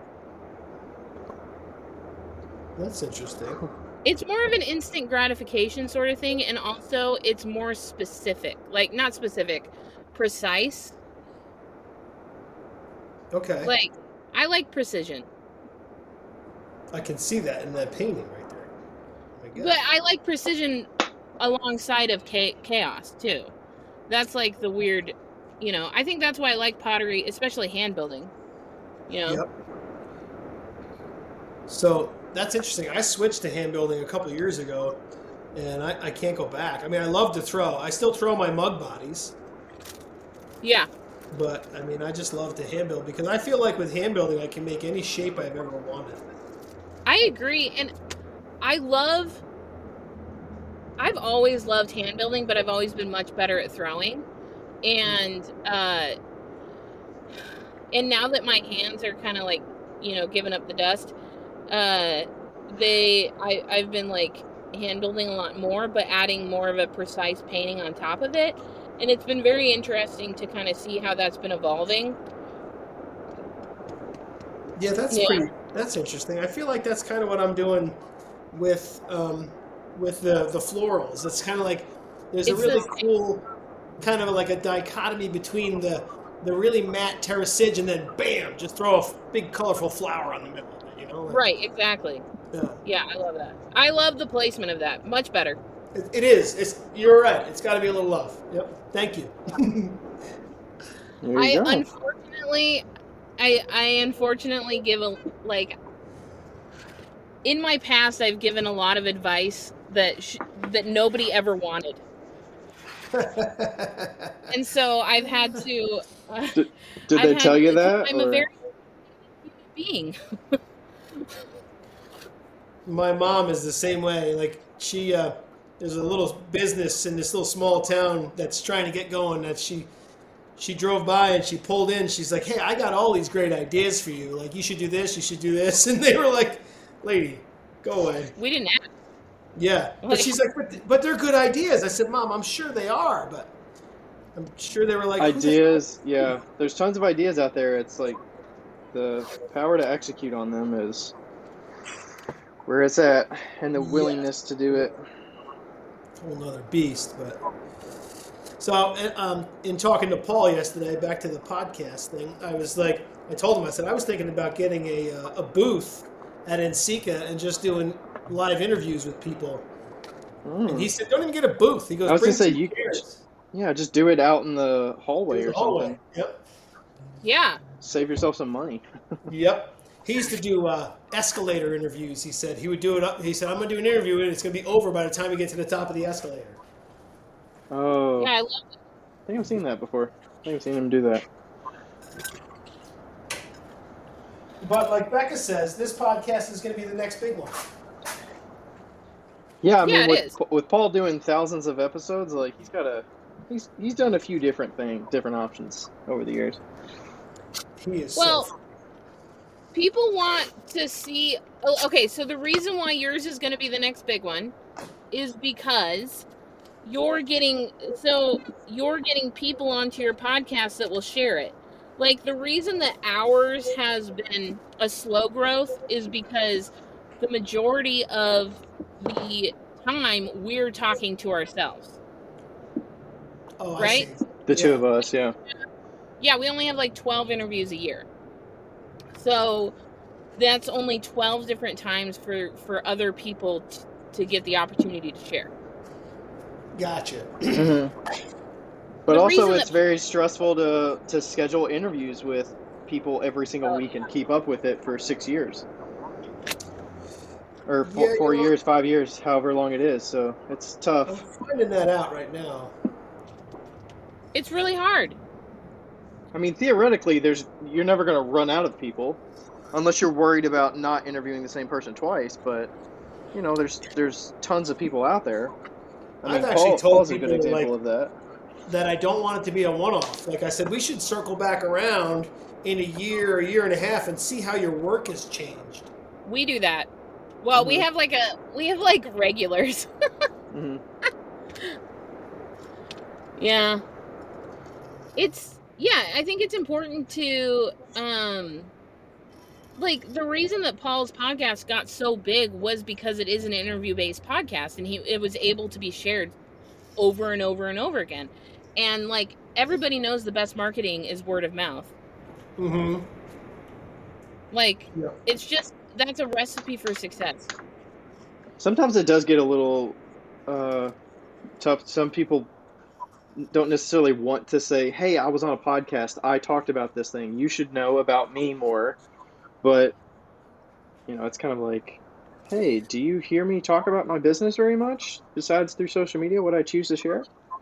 If not, you can listen to me on this podcast It's also a big honor to be on a podcast, like invited to be interviewed. Yeah, I think so. Yeah. I started, like, when I first started doing them, I was just having so much fun. I was just releasing them, like, just putting them out, like, the day of. Yeah. And my wife was like, you got to save them and do, like, one a week. Mm. So now I do one every other week. Yeah, consistency is key. It is. So I got a bunch saved up. Actually, you guys will probably go out in July. Nice. So, but I got I got to find a way to do them August, September, October while I'm working. So that's going to be pretty interesting. Well, that's when you can have a break. I mean, Ryan wouldn't tell you this, but you can. Yeah, I might actually take a little time off and say thanks for following along. I'll see you in November. I already have a bunch of people signed up for November. Yeah. Yeah, because, like, you know, people do seasons of podcasts all the time. You can't expect yourself, Ryan, listen, you can't expect yourself to do it every single week for the rest of your life like Ryan wants to. I didn't say the rest of my life. Sure. But also, we never said that we can't record twice a week or 3 times a week or. Yeah, That's what I'm talking about. We're finding ways to make it work because I know Becca feels this way. So my solution is I'm going to work more to pick up for her not having to record. So I'm like, hey, Isaac, do you want to chat on a podcast where you and I co-host it? Hey, Heidi, do you want to chat on a podcast? And that's the way I did it. Instead of saying, hey, we're just going to take a break because we haven't taken a break for 5 years. Why start now? Yeah, I had, Paul yesterday, he's like, normally I'll go for an hour and a half on these things at least. And he's like, I got an interview in an hour. So he had 3 more to do yesterday. That's crazy. We have adjusted the time a little bit over the years. Like, we used to go a lot longer than 2 hours, and I don't care. Like, we can go less than 2 hours now. We can go an hour and a half, hour and 15. That's doable. Yeah, that's been nice. Do we actually definitely do that? Sometimes. Yeah. We're almost there. It's nice. I mean, I give him a hard time, but no, we've cut back a lot, you know, and it's been really good, but we've also had to kind of like learn boundaries and stuff like that. Sure. Some of that's like, okay, the limitation is we don't promote the episodes on social media almost ever. If people share it, they share it, but we're not individually promoting individual episodes. That's a limitation for us because we're losing listenership probably and growth. But if we had to do that, keeping up with an episode every week, yeah, we would not have lasted this long. No, for sure. For sure, no. And another thing is we don't edit because we know that it's going to turn into work, and then it's just going to be too much. Yeah, I don't edit either. I'll go in and clean up the sound a little bit because it's easy on this program, but otherwise, no, I think it keeps it fresh too. Yeah. It's fun. And another thing that, like, nope, I lost it. Never mind. I mean, we divvy up the work. Were you going to say something about that? That you and I, we split the responsibilities enough that it's not all on anybody's shoulders. We just say, hey, this is what I expect from you this week. This is what I expect from you this week, you know? Yeah. Oh, I was going to say that we don't do interviews all that often because it is a lot more work. Like, last year we did like 6 interviews in a row or something like that, and it was exhausting for both of us. You know, it is kind of because you got to kind of be on, you know? I don't know. I think I think in moderation, it's not too bad. Like, doing one a month is not bad at all. No, yeah, totally. That was depends on who it is too. Like, obviously, we want to have rapport with people and know at least something about them. And you know, some of that, if there's somebody suggested, or hey, what if we do this with, you know, so and so, you know, do I know enough about them to feel confident in talking with them? Because I want it to be worth my time and the listener's time. And a lot of potters are pretty quiet people. Yeah. You know? Yeah, like, I originally approached Ryan about having you on the podcast, and he was like, I don't know. Who? Well, And then, I knew you, but I didn't know how I knew you, and then I just knew that you had the newer podcast that's been growing, and I was like, ooh, like I want more time to research or figure this out before committing to a date, because once you commit to a date, the clock's ticking. You know, you gotta figure it out. Yeah. Well, I'm glad you guys came on. This is fun. And I'm getting some handles done. Look at that. look at that. I got And I haven't done. You got work done. 20 of them done or something. See that? Oh my gosh. See? That's We didn't great. waste time. That's Time's a wasting. Becca, Yeah, tell and me about your store you these used to own. Becca. What? Tell me about your store you used to own. Was it called Five Lines Pottery? Yeah, I think so. Five Lines Pottery Studio, I think is what it was called, right? Yeah, I think so. You know, it's funny because like when you're in a tiny town, it really doesn't matter what it's called. Because You're the pottery store on Main Street. yeah, like you're like, yeah, sure, that's exactly what it's called. But I think it was Five Lines Studio, and then the problem is like I've always gotten shit from like my mentor about the fact that my studio was called Five Lines Pottery because it's like 5 lines of Coke. And I've honestly never heard anyone else mention 5 lines of Coke besides the story that you're talking about, where you have to mention that. And I'm like, am I just not in these circles? Like, I don't understand. Yes, you are just not in these circles. Like the amount of people that are like, oh, I'm like, nah, I don't do drugs, thanks though.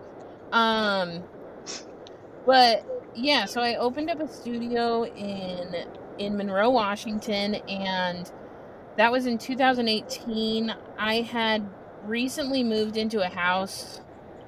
Nope, that's a lie. I moved into my house in 2014 and then kind of like outgrew the studio and just like I'm like one of those people that my mom calls me a calculated risk taker.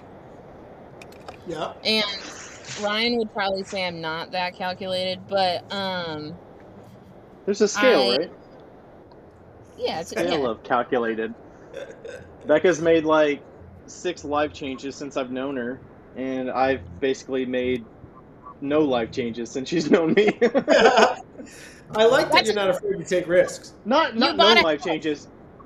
Well, yeah, but but we had a house in 2016 or whatever, and then we bought a new house 3 years ago. I mean, I guess that's a new thing. Yeah. Are you married, right? Yeah, we've been married. We'll be married for 10 years in June. We're going to Hawaii for our 10-year anniversary. So, yeah. Ryan's wife is like the coolest. I wouldn't say that I like Ryan's wife more than I like Ryan, but I'm really happy that I got a couple that I like both of them. That's pretty rare. It is pretty rare. Yeah. You know, it's funny. My wife is pretty much a saint too because what's today? Is today March 18th? Yeah. Yep. Today's my sobriety date. 22 years. Wow, congrats. Oh, hell yeah. 22 years. So, like, Congrats. I'm not a scotch. I'm just, I don't like to go to these parties where people just stand around the keg and talk about, the beer, their homebrew they're making. Yeah. I always wanted to learn how to make cider, but I was like, it's not really worth the time and effort. I'm like, it's like you just told me the same story like 4 times in a row. I gotta go, Yeah. So I told someone that the other day. The older I get, the more I don't do what I don't want to do. Oh yeah. People, You're like, hey, not for me. No, I don't want to. And then hopefully you don't have to justify why you don't want to do it. No, and then when they ask why, I go, because I don't want to. There you go, Becca.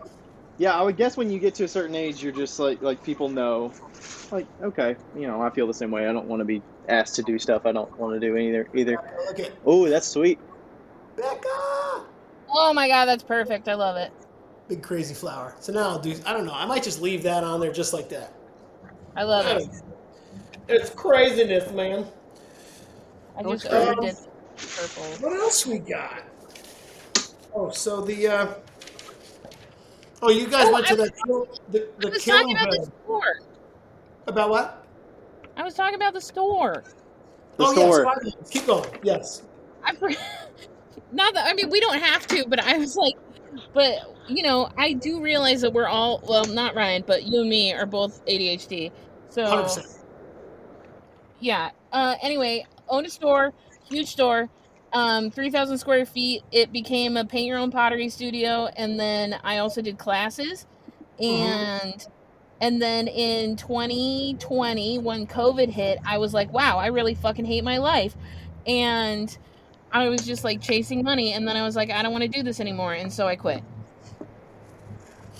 And then I moved to Indiana. So, okay, that's it. Boom. Okay, now what's the next question? I want to open a community studio really bad, actually. Like just something that has 8 or 10 wheels, you know, a bunch of like 2 big kilns and some shelving units, and like, come on in, let's wedge clay and make pots together. That just sounds fun to me. Yeah, it's fun if you have help. Well, yeah. And then making enough money to have help, that's the hard part, you know? Like, nobody ever tells you that, you know, you have to make like $1 bajillion a month just to afford to pay somebody. Or to pay your rent and whatever else you have to maintain there. Yeah, you know, I've been going through that for the past week because our men's leagues and ladies leagues start mid-May, and we just sent out an email about the price increase. Oh my God. It's like... Yeah. People are going to go to different golf courses. I'm like, really? Guys, this is a business. You know, payroll goes up, electric goes up, the water bill's expensive. Like, we're not making millions of dollars off you people. We're trying to keep the door open so you can play golf. Like, Do you respond? but it went up $3 and they were like, what? Stop it. Have they been doing the same league for years and they you know, they put a fit every time the increase, but they still like, you know, Yeah. show up. Well, that's what I told the owner. I said, you're going to have a year where you're just going to have to rip the Band-Aid off because people have been playing here super cheap for a long time. And when you say, all right, you guys got to start paying, half of them are going to leave. Yeah, we're hurting. Yeah. Like, we've taken the hit for the last 2 years, so it's time to pay up. Yeah, it's all good. And there's other golf courses if you don't want. Our golf course got named #1 course in the area by Golf Magazine 2 years ago. So it's a really good golf course. Nice. So it's not like we're... Do you send a response email that says, see you later, alligator? No, they literally, it's a small town too. So they just like text me and call me. And I'm like, guys. You're like, what's this email about price increase? Are you sure you can't give me a deal? Yes. Or what if we don't do the banquet? Would it be a little less? No. Same price.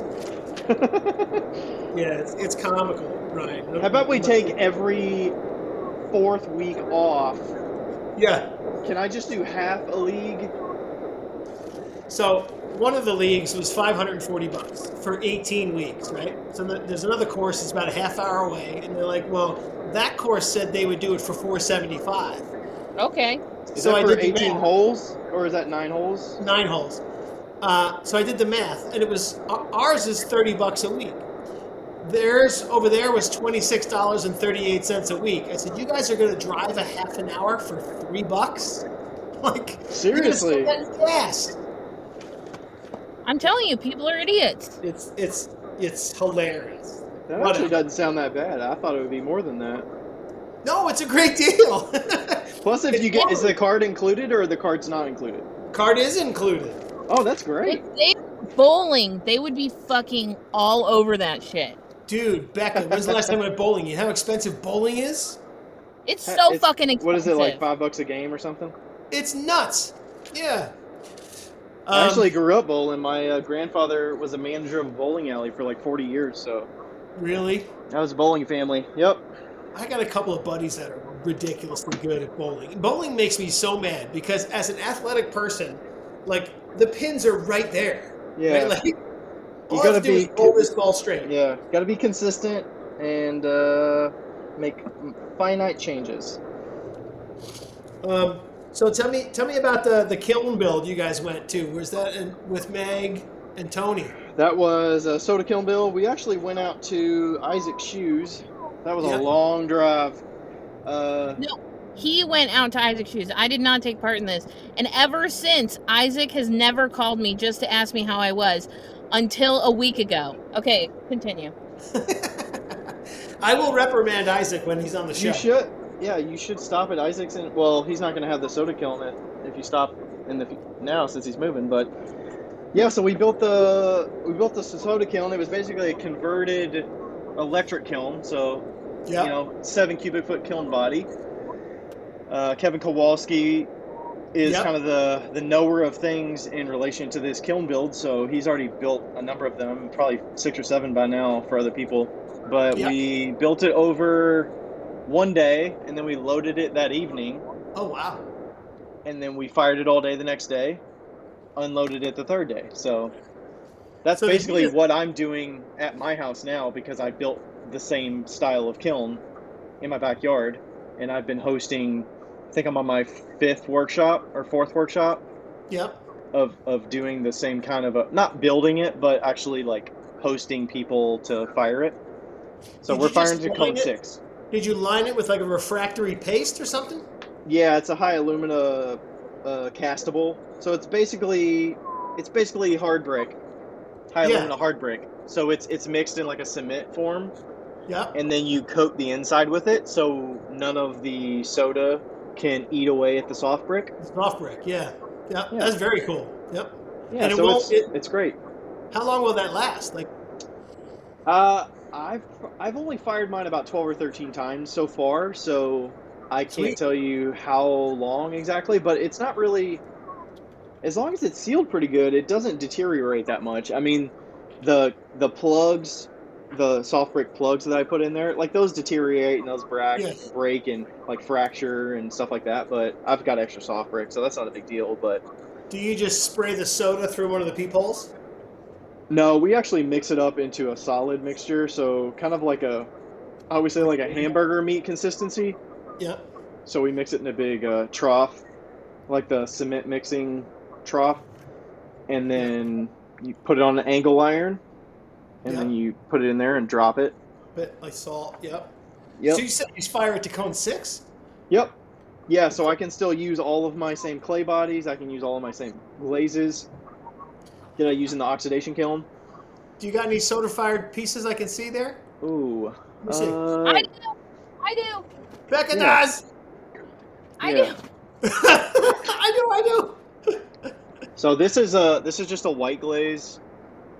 It's got some. This is all the soda, the gray and brown. Oh and yeah. That, and then this is a copper glaze. Oh yeah, Becca's got one. Wow. This is my favorite one that he's made. That's beautiful. Yeah. I use it all the time. Soda fire is a lot of fun. So this copper one is. This is on the speckled clay, but this is the same glaze. The red, that's the same as this in an oxidation. So those coppers go red in the soda kiln with the reduction. So I've been doing that for probably coming up on. This is flashing slip on this one. Oh, see, that's wicked. And it's got a liner glaze in it. See, I would love to do that, just because that looks like wood fired. That's so cool. So there is a little bit of sawdust that gets mixed into the soda mixture that gets put in the kiln to help with the reduction. But yeah, so I really love figuring out what glazes look good in the soda kiln. Because a lot of it, in the electric kiln, it's cool, but just adds a little something different. Many years ago, I took my old L&L kiln and I made a pit fire out of it. I took the elements out of it and I would do sawdust firings in it. They're useless. You have to seal the inside with a cement sealer to make them hold water, but it was fun. Yeah, that's one of the reasons I'm not as crazy about pit fire, soda fire, or raccoon fire these days, because I like function. Right, yeah. Becca, what are you doing with that? That's going to be sweet. Well, I kind of got a little zealous on the purple over here, and so it moved to the side, so I think I'm going to actually tape it off. Yeah, so this is the Speedball India ink. Yep. I got it a couple months ago, and I'm kind of using it just like acrylic, essentially. Which it is. I mean, India ink is essentially just watered down acrylic paint. Really, truly. It's just higher concentrate of pigment, and so I don't know what I'm gonna do exactly, but I want to cover up this corner that got the little fuckery thing on it. So I think that I'm either gonna cover it in gold. It's fun working here because I get like these elegant writers. Oh yeah. They have like the tiniest bend right here, so they're supposed to be like closed, Yeah. and the tiniest bend, so I got them for free. Wow. And because they're messed up, quote unquote. Seconds. Seconds. And I mean, like if it was ink or paint or something, they would just probably unscrew it and pour it back into the mixture and just trash the container. But this, they make these in China, I'm pretty sure, and so like that's what it says on the package at least. Yeah, it says China on the bottom. And so they just package them, but they're pretty fucking cool. If you like Sharpies, those elegant writers are fucking dope. Yeah, I'm gonna look those up actually. Yeah, they're really cool. But yeah, so I'll probably go in here. I don't know. I'll probably cover that up and then I'll retape it somehow. I might retape it like more in. So it has like that is the border. Or can you put some white on it? I could, but that's not any fun. Ryan, with that kiln build you went to, Kevin Kowalski was on the show here a couple weeks ago, or a couple months ago now. Oh yeah. But so is Tony Young. Tony's a blast. Yeah. He's gonna send me one of his big ducks, like those. He does those, like the big molds. duck. Yeah. I'm gonna floralize it, put flowers all over it. Oh, sweet. It's gonna be a cool collaboration. That'll be good. Yeah, he loves the collabs. Yeah, he does a ton. Him and I did like 2 or 3. Collabs are stressful though. Yes, and he held on to one of mine for like a year, and I saw him at Insika. He's like, "Dude, I'll get to your pot, I promise." I'm like, "It's fine, dude. It's Like okay." I forgot about it. Yeah, what pot? Actually, he sent me a picture of one. I was like, "Oh, I forgot I sent you that." I have a Tim Kowalczyk pot. I have pots in my studio from 2 years ago almost. Really? Because I keep looking at them and keep getting like stressed about what I want to do on them. I just don't know. And then I've cracked 2 of them in the process, but it's fine because they're the In your studio, like in your van? yeah, they've just been they've been in a shoebox with no they've been in a shoebox with literally no like protective casing. Yeah. Are they greenware? For almost 2 years, and they've just been in the back of the van, just like shifting from spot to spot. 3 of them have chips in them. I'm so sorry, Tim, but they're the spray can lids, so I feel like I can get away with them having a crack. Yeah. You know? Yeah. Tim was on the show a couple of weeks ago. He is hilarious. Tim is hysterical. I can't. He's so funny. He is super funny. I was trying to get him to send me one of those garbage bags, and he just did.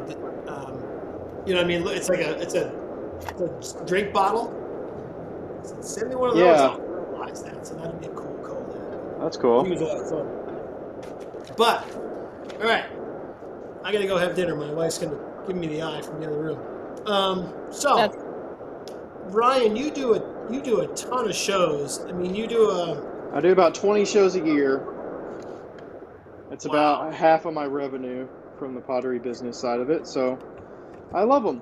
I mean, I don't know if you gathered from my day job, but I work from home. Okay, cool. Remotely. Yep. I don't go into an office or anything, so I don't generally see many people throughout the week. I see my wife, my cats, my studio assistant, and that's mostly it. And I mean, virtually I see Becca and you all, but I like it that way too. So, but yeah. For the podcast, the website is realtalkpodcast.com, is it? Podcast. The website is Podcast because podcast was gone, so. Yeah. What? Not cool. So you can find wheeltalkpodcast.com. What about selling your work? Where can people buy your work, Ryan? I sell all my stuff on Etsy online, but if you want to, if you are local to me and you want to see me at a show or whatnot, you could go to RyanDurbinCeramics.com. You can find my show, my online, all that stuff. Okay. Sweet. Workshops, all that kind of thing. Becca, what about paintings? You making anything for sale these days? Well, the paintings, I'm gonna probably do a name your price sort of thing. I'll probably just throw it up on Instagram, but you should be able to find some of my stuff in the Goodwills across America.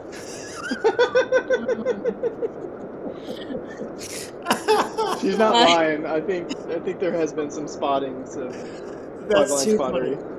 But I will be at, I mean, this won't be out by Ensika, but I'll have some earrings at Ensika. Okay. Once I get myself settled in this space, I will start making things to sell, but I'm not there yet. I'm not there mentally. Yeah. So good. Well, I can't wait to see you there mentally. It's an interesting challenge to see how you're gonna adapt to because you're physically more taxed on a daily basis. So I just can't wait to and see also the motivation to make something when you're already like put in so much work for the day. But though, some of the best work comes from when you're not there mentally, right? Yeah. I do feel like I want to get more into 2D. Part of me, like, I was thinking about this today, and I'd really love to kind of, like, start over almost. Like, once I'm ready, not now, but, like, kind of, like, this sounds so stupid because it feels like I've done this so many times, but, like, start a whole new Instagram and, like, start from scratch, and do it the way that I want to do it instead of the way that sells. Yeah. Wow. Sure. Yep. Yeah. I saw a girl down at Aramont, speaking of 2D, and you'd probably be pretty good at that because you're more artistic. She had it was like a 2 foot by 2 foot square of that like purple insulation that's like 2 inches thick. You mean my wall? Yes. Her wall is What are they? Just that foam. Yeah, the foam. You can buy it in like 8-foot boards. Yes, that stuff. Yeah. Yeah. So she took a Sharpie marker and she drew a really cool picture on it, like some African lady's face. And then she used one of those like wood burning tools and just burned the lines that she drew. Is she dead? She rolled ink on it and it was a press, what would you call that? Like a making lithograph? Print making or block print. Yeah. I was like, that's friggin' brilliant. That also sounds very toxic. I would not suggest. Don't inhale. Yes. Do it outside with a mask. That big respirator. It was cool, and that's one of the things I love doing about the show is I like having people show me how they make stuff. Like Michael Hall, we talked about earlier on. He uses a little mini projector. Yeah. To project drawings onto his pots, which is cool as shit. Yeah, that's what the capital P potter that I have a studio at. That's what he does, but he has like one of those old school projectors from when we were kids. Yeah, yep. They're hard to find, by the way. They are hard to find, and he has a projector and it's a Visqueen. I mean, it's not Visqueen. It's the clear thing. Oh yes, the laminate kind of. Yeah, like the laminate thing, and he projects a grid. Yeah. Oh my god! I think what else I think, Becca? Just hats with a big capital P on it. Oh, that would be so good. Capital P and a lowercase p. People will be like, "What is that? A paragraph symbol?" The lowercase p could be on the back of the hat. Well, so okay. If you wear it this way, you're a lowercase p. I wanted to do this like a long, long time ago. Is make this make T-shirts that have. Well, I did do it, but nobody bought them because I didn't tell anybody about them. But like, I think it'd be a great idea. Anybody can steal this idea, by the way, to make T-shirts that have boxes. So like wood fire, soda fire, electric fire, like salt fire kind of thing. And so that people can just check off what they do. And that would be a great case, like if it was a capital P Potter versus lowercase p Potter with a check mark. Yeah, which one are you? Which one are you? That's great. I got a T-shirt made. You have like it should be capital P Potter, lowercase p Potter, baby Potter. I got a T-shirt made for my first Ensika and it said Mike Griffin Ceramics on it, and on the back it said, "I have mugs for swap." Oh, that's a great idea. Just so, people would see me, and I'd be like, "Oh, hey, let's trade mugs." I hope this episode becomes popular because I want to say that next year and you should advertise this. Next year in Detroit, what we should all do in order to know who we're talking to, everybody should make an itty bitty version of their style of a mug and just wear it around their neck like a lanyard so that you can be like, "Oh, I know who you are. I know your work." Yeah. Yeah. Yeah. How many people have you met at Insika that come up and go, "Hey," and you're like, "Nah, no idea who you are." We've had to, the amount of times that we've said on the podcast, please, we beg you, if you come up to us, do not give us a hug immediately. You have to ask. Becca's very prone to people Do not running grab me. up. They're so excited. They want to hug her. I'm pretty sure you could knock somebody out, Becca. I could. I mean, I don't. but I am tiny. I might be wide, but I'm very short. So, I'm more like Oompa Loompa status as far as, the ratio. So, it feels like I'm very lovable, but, I mean, I am. They just want to hug you, so. Yeah. And I'm generally pretty quiet in public, so people generally don't get super crazy excited to see me and stuff, and they're freaking out. But It's like that's porcupines, fine. right? They're cute. Don't Yeah. want to hug them. Yeah. All right. Or so ask. let's. Yeah. Right. Excuse me, porcupine. Wait. Before we get on to the next porcupine. one, What's that? where do we find your work? Oh, it's funny. I had a potter on here, and I said to her at the end, I said, "Where do you sell your work?" She said, "My garage." Yeah. I'm going to be in the Flower City Pottery Invitational next year up in Rochester, Oh, nice. which is freaking super cool. So I'm kind of hoarding pots right now Yeah. because I want to save them. But MikeGriffinCeramics.com, Charlie Cummings, Main Street Arts in Clifton Springs, and the Plow Gallery in Tifton, Georgia. Mark Errol. Nice. Mark's a great dude. So. And his partner Glenn is a photographer, and they put up pictures of my mugs. I'm like, "How do you guys make my pots look so good?" And he said if you knew how easy that was, the photography trick. And I said, "Well, what is it?" And he said, "Nah, I can't. I'm not telling you." See, that's what I'm talking about. If he was a potter, he would tell you. He would tell you. Yeah. Yeah. Photographers. Yeah, those bitches. Those bitches. Them bitches. All right, so we need tips. Okay, so who wants to go? I forgot about this. Becca, what's your tip? Clay tip, tool tip, or life tip? Okay, I've got a tip. I think that this is applicable to both painting and to painting on ceramics. When you're painting underglazes, and I'm not talking about painting underglazes on greenware, more on bisqueware.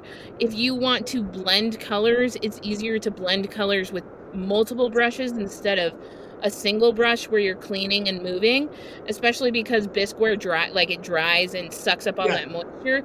If you have 4 colors, you need 4 brushes, and you start.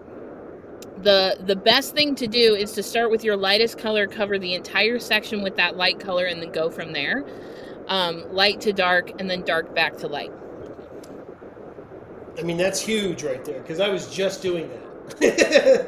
Yeah, no, that's fantastic, and I'm going to take that to heart, because I'm going to do that as I move forward with my underglaze painting. Yeah, make sure you're covering your entire, especially if it's taped off, cover your entire area with the lightest color you have. And then move slowly, and make sure you're you have to do wet on wet. You can't just go back onto the dry, it'll take away. And you have to wait for it to properly dry before you add any more. A lot of the times I'll do, if I was doing yellow to red, I'm going to do yellow all the way, and then yellow and then orange back all the way to red, and then yellow, orange, red, and then go back from red back to yellow. Yeah, so it helps to know that, right? Yeah. When I try to think about glazing something, you have to start with the color you want last to show, right? Like when you're going to tape something off. Right. You got to start here, tape it, paper it, tape it, and then sometimes that'll give me the freaking blow my mind. But I lay in my hot tub and I go, oh, now I got it. But yeah, that's huge. Mr. Ryan, what do you got? All right, mine is not going to be as technical as that.